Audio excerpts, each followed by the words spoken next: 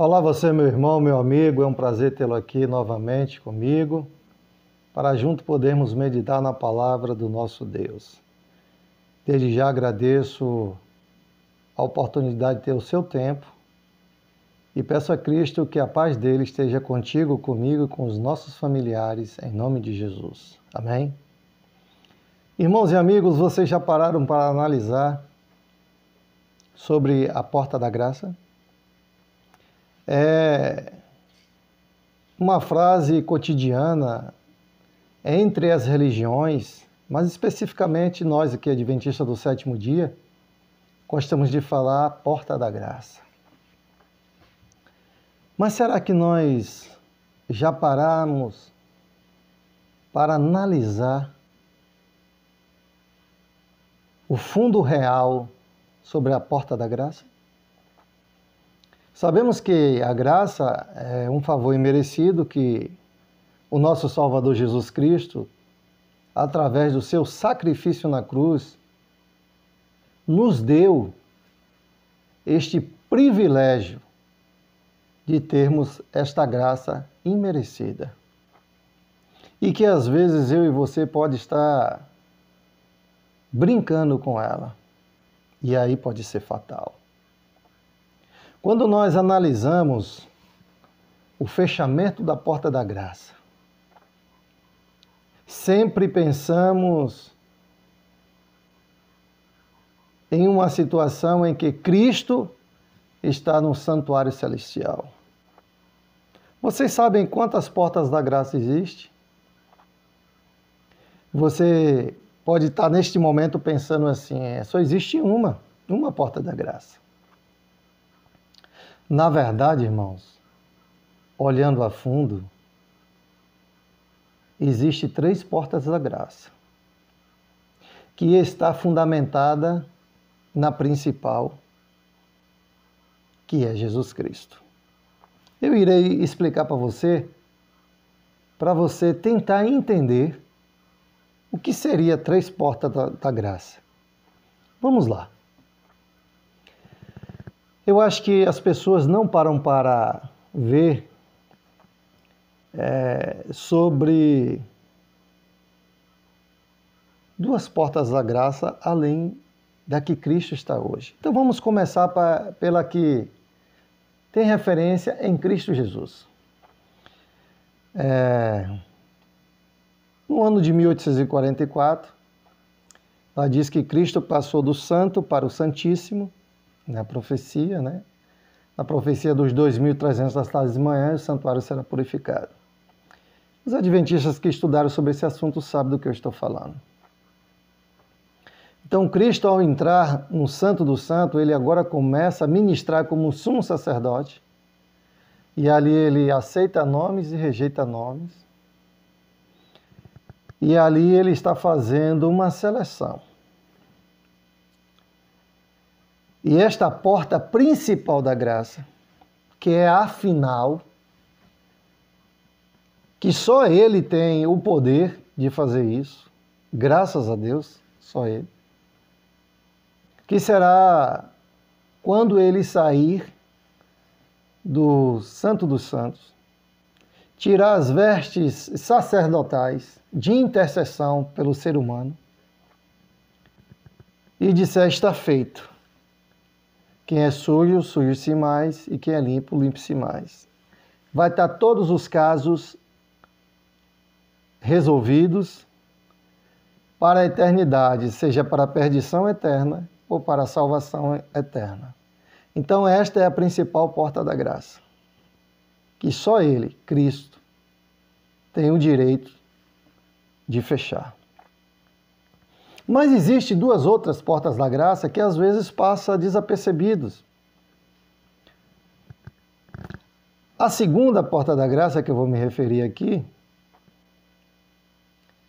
é com referência à morte.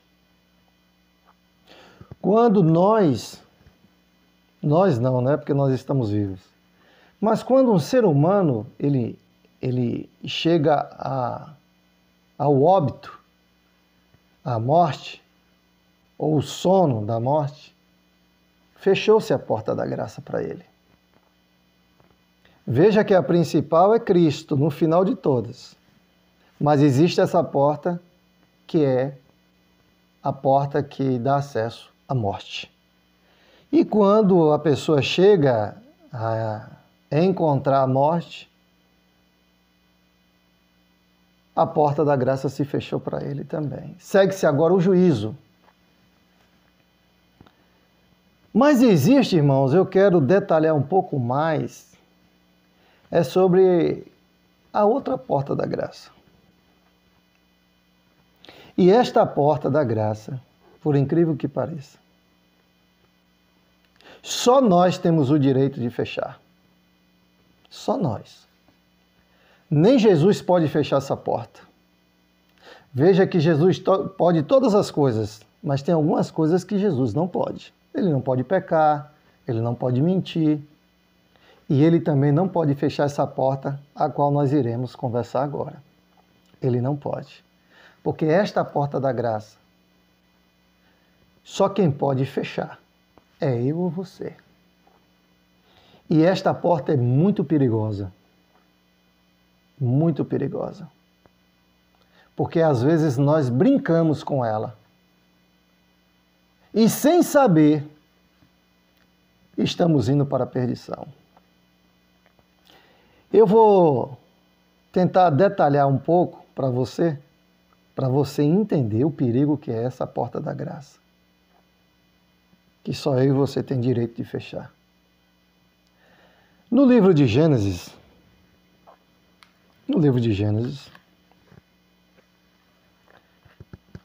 nós encontramos dois relatos de Abraão e um outro com Ló. Deus chama a Abraão, veja, Deus chamou Abraão para sair do meio da parentela dele e que faria dele uma grande nação. E Abraão foi considerado o pai da fé, aceitou o chamado, deixou tudo e foi pelo mundo afora, com a proteção e com fé em Deus. Junto com ele foi o seu sobrinho Ló. E os dois eram ricos, tinham ovelhas, gados e muitos funcionários. Ao ponto desses funcionários, eles brigarem entre si, e Abraão agora chama o seu sobrinho, vocês provavelmente conhecem a história, e pede para que eles, como eram parentes, amigos, se apartassem. E Abraão deixou a escolha para Ló. E Ló agora escolheu as campinas de Sodoma e Gomorra. Um vasto vale com prosperidade, cidades riquíssimas da época. E ele ali fora para trabalhar, comercializar, criar seus filhos dentro daquela metrópole da época. Não sabendo ele que lá ele ia desenvolver o caráter dos seus filhos e da sua mulher para o mal. E para lá ele partiu. Enquanto Abraão foi para um outro local, pelo mundo afora, na vida no campo. Só que chegou um momento, irmãos, que a situação de Gomorra estava no limiar da sua extinção. Eu vou sair aqui agora da parte de Ló em Sodoma e Gomorra e vou voltar a Abraão.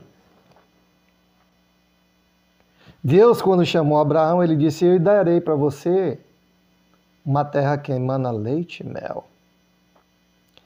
Só que essa terra tinha habitantes. Como que o Senhor agora ia expulsar aquelas pessoas de lá? Se já tinham habitantes lá para dar a Abraão? Coisa meio estranha, né? Só que Deus é o dono de tudo, irmãos. Não esqueça disso. Mas Ele é justo. Ele prometeu a Abraão. Veja o que está relatado aqui no capítulo 15. Diz assim, o versículo 13 até o 16, diz assim: Então lhe foi dito, sabe com certeza que a tua posteridade será peregrina em terra alheia, e será reduzida à escravidão e será afligida por 400 anos. Deus estava falando que a descendência de Abraão ia ficar escravo em terras alheias. Está se referindo ao povo de Israel que ficou lá no Egito. E tu irás para os teus pais em paz, será sepultado em ditosa velhice. Abraão não ia conhecer a terra que Deus prometera para ele, mas ia dar para a sua posteridade, que era o povo de Israel. Aí o versículo 16, veja agora aqui, irmãos. Na quarta geração, tornarão para aqui, porque não se encheu ainda a medida da iniquidade dos amorreus. O texto aqui é bem claro, irmãos. Deus não deu aquela terra prometida logo para Abraão, porque existiam tribos, e uma delas era os amorreus. Lá tinha os cananitas, os amalequitas e muitos outros.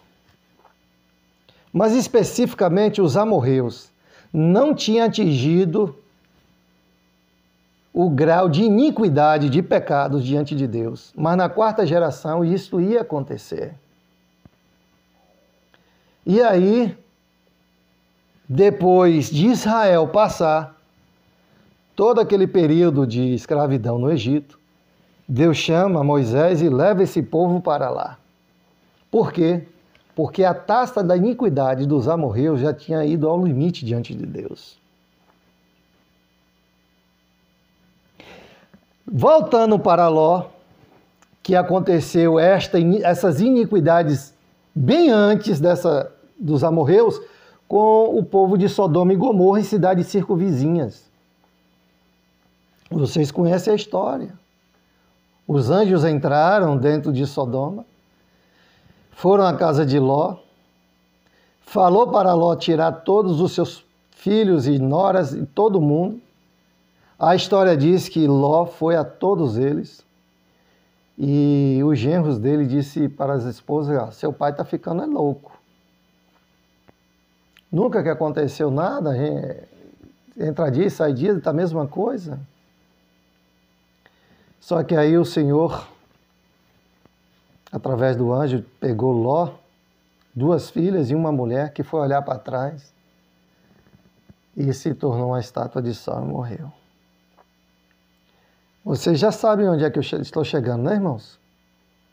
A porta da graça que só nós temos o direito de fechar é a rejeição, a blasfêmia contra o Espírito Santo.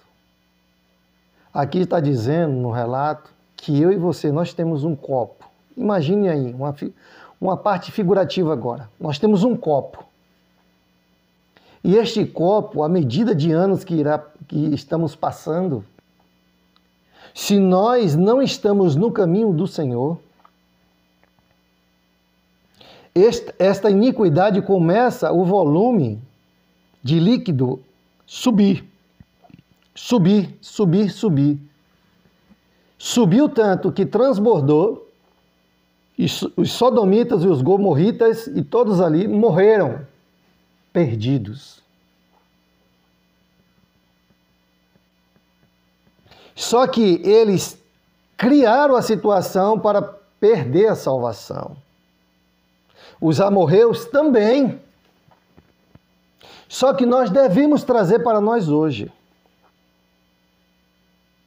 Veja o que está relatado no livro de Primeiras Escritos, que fala sobre o capítulo sobre o santuário. No final aqui, nos diz o seguinte: Ao morrer Jesus no Calvário, clamou: está consumado. E o véu do templo partiu-se de alto a baixo. Isto deveria mostrar que o serviço no santuário terrestre estava para sempre concluído e que Deus não mais se encontraria com os sacerdotes em seu templo terrestre para aceitar os seus sacrifícios. Eu pergunto para vocês, a Bíblia relata isso. Quando Cristo disse está consumado, o véu do templo se rasgou de alto a baixo, os sacerdotes estavam próximo do horário do sacrifício da tarde já para fazer os sacrifícios. O livro Desejado de Todas as Nações falam isso. Cristo agora diz que tinha encerrado a questão dos sacrifícios rituais, cerimoniais de Israel. Mas a pergunta que eu faço para você, eles continuaram fazendo? O relato diz que eles continuaram, irmãos, mesmo depois da morte de Jesus. Os sacerdotes, os pastores da época, iludindo o povo, continuaram nas mesmas práticas cerimoniais. E Cristo já tinha rejeitado eles. Ou seja, vivos mortos. Será que eu e você não está indo para a igreja dia de sábado, devolvendo dízimo e as ofertas, cantando, participando? Será que nós não transbordamos o nosso cálice e continuamos igual o povo de Israel? Na sua grande maioria, os seus líderes e os seus compatriotas, vamos dizer assim, para não dar outro nome, continuaram nas mesmas práticas, mas os apóstolos e muitos que aceitaram a Jesus acabou com aquilo.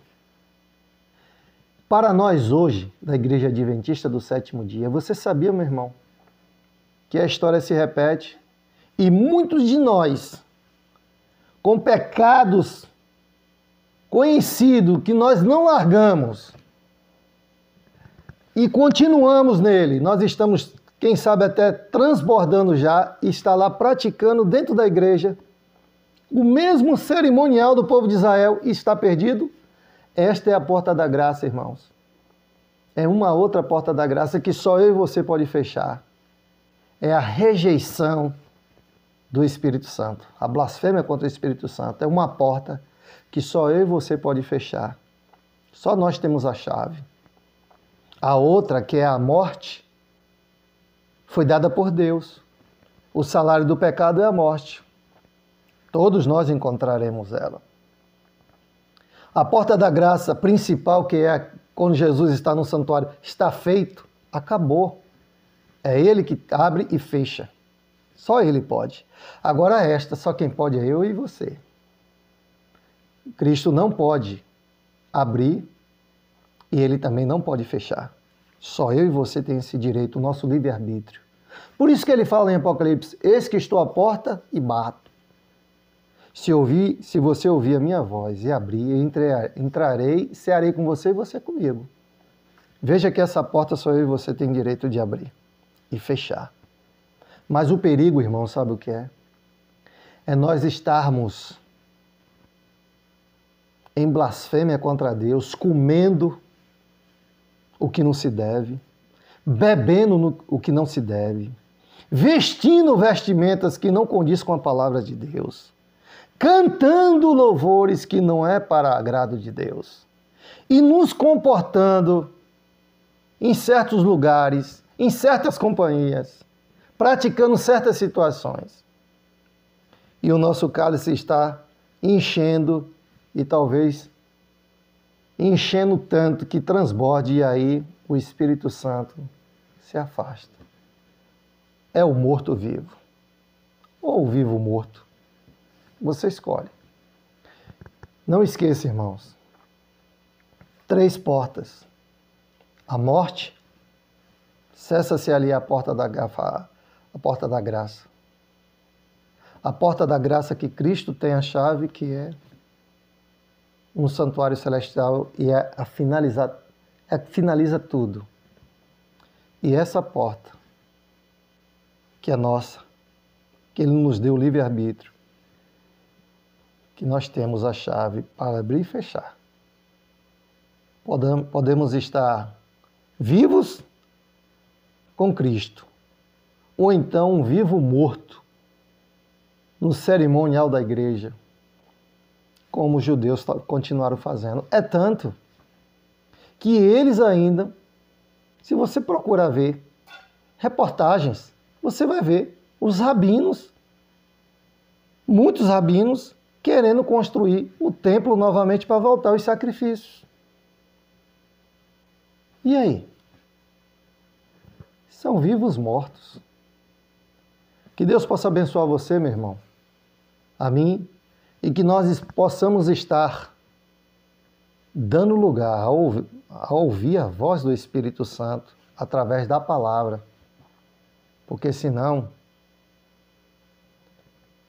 só o nome na igreja não resolve nada. Que Deus te abençoe, me abençoe, e até o próximo vídeo, se Deus assim permitir. Um grande abraço, até a próxima.